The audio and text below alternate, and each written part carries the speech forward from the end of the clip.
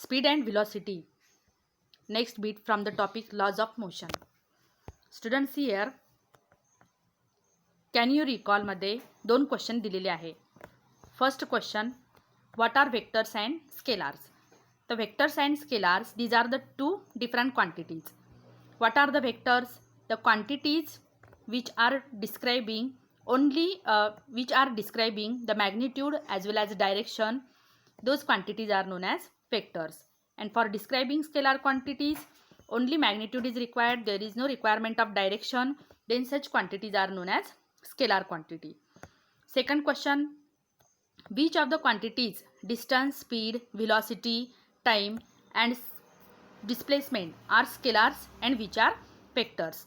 आता या ठिकाणी सांगितलं की स्केलार्स आणि व्हेक्टर्स कोणते असतात. ते स्केलार्समध्ये काय सांगतोय आपण की ज्याला फक्त मॅग्निट्यूडची आवश्यकता असते डिस्क्राईब करण्यासाठी ते स्केलार आहे, आणि ज्याला magnitude as well as direction आवश्यक आहे त्याला आपण व्हेक्टर्स म्हणतो. So here time and speed, these are the scalars while remaining quantities are the vectors quantities. Now students, we have to study about the speed and velocity. So firstly, what is speed? Then see here, speed is equal to total distance traveled unit time required. The speed is nothing but the ratio of total distance traveled divided by the time required. Speed म्हणजे काय? तर speed म्हणजे total distance एखादी object आहे जी मोशनमध्ये आहे. That means an object when it is in motion, then the object covers a particular distance, and for covering this distance it requires some time period. त्याच्यामुळे त्या टोटल डिस्टन्सला जर time पिरियडने आपण divide केलं तर मिळणारी जी क्वांटिटी आहे त्याला स्पीड म्हणतो. So speed is equal to total distance travel divided by time required. Now students, see here the definition of velocity. The distance traveled in a particular direction by an object in unit time is called its velocity. आता velocity म्हणजे काय आहे? Distance divided by time. Same as speed. स्पीडप्रमाणेच व्हिलॉसिटीची सुद्धा डिस्टन्सला आपल्याला टाईमने divide करायचे. परंतु या ठिकाणी जे ऑब्जेक्ट मोशनमध्ये आहे तो एखाद्या पर्टिक्युलर डायरेक्शननी जर डिस्टन्स कवर करत असेल तर अशा डिस्टन्स अपॉन टाईमच्या त्या क्वांटिटीला आपण व्हिलॉसिटी असे कन्सिडर करतो. So what is velocity? Velocity is nothing but the distance travelled in a particular direction by an object in unit time is called its a velocity. आता या ठिकाणी जो टाईम आहे unit time, it can be 1 second, 1 minute, 1 hour etcetera. If large units are used, 1 year can also be used as a unit of time. तर या ठिकाणी unit of time it can be 1 year also, it may be 1 year. The displacement that occurs in unit time is called its a velocity. आता या ठिकाणी velocityची जो formula आहे for calculating the velocity, we have to divide the displacement with time. So velocity is equal to displacement per unit time. This is known as velocity.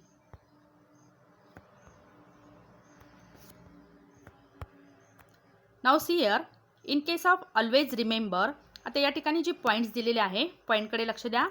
First point, the units of speed and velocity are the same. In SI system the unit is metre per second, while in CGS system it centimetre per second. Speed आणि velocity या दोघांच्या unit same असतात. SIमध्ये metre per second आणि CGSमध्ये centimetre per second. कशामुळे? कारण speed आणि velocity या दोघांमध्ये आपल्याला डिस्टन्सला टाईमने डिवाइड करायचं असतं. त्याच्यामुळे unit for speed and velocity are same in SI and CGS system.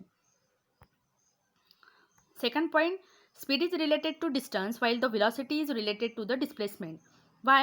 Because speed is nothing but the total distance covered by an object in time required. पण व्हिलॉसिटी हे सुद्धा डिस्टन्स कवर केलेले ऑब्जेक्टने but along a particular direction.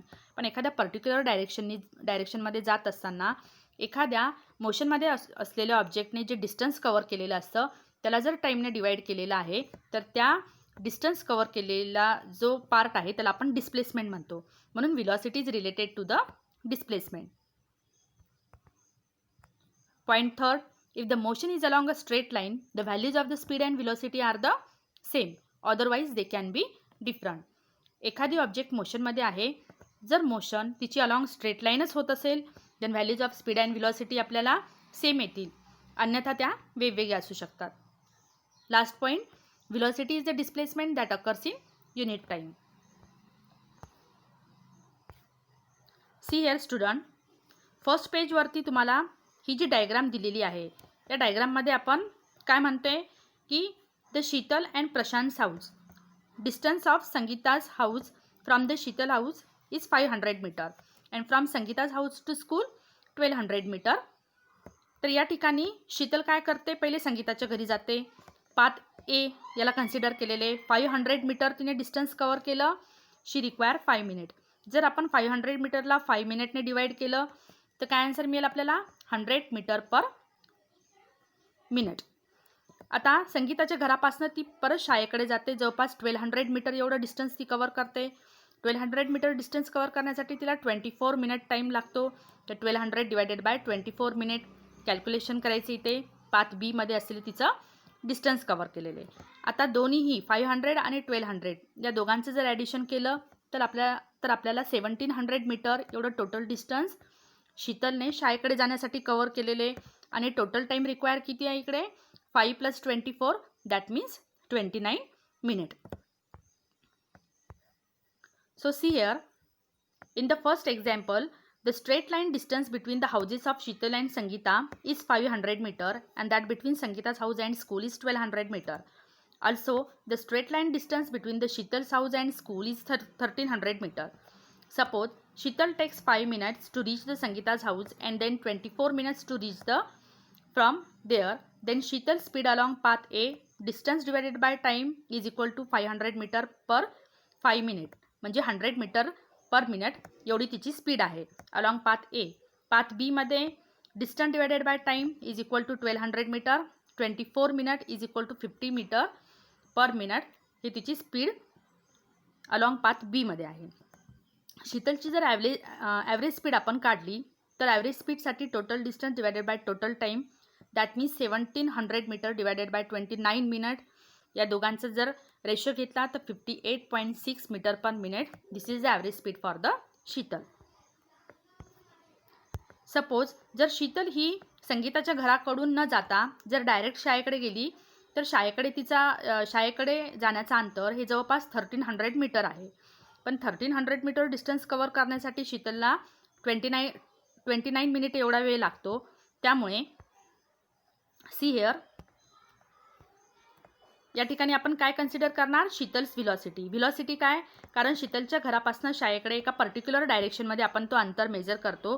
Velocity is a vector quantity so that it requires direction आणि particular डायरेक्शनमध्ये अंतर ती cover करते. त्याच्यामुळे इकडे डिस्टन्सच्या ऐवजी आपण डिस्प्लेसमेंट कन्सिडर करणार आहे. So Sheetal's velocity is equal to displacement upon time is equal to 1300 metre divided by 29 minute. म्हणून Sheetal's velocity along path up to the school from her house is equal to 44.83 metre per minute. तर या ठिकाणी आपण speed and velocity हा point complete केलेला आहे. Next व्हिडिओमध्ये आपण पुढचा पॉईंट पाहणार. Share this video with your friends and subscribe the channel. Thank you.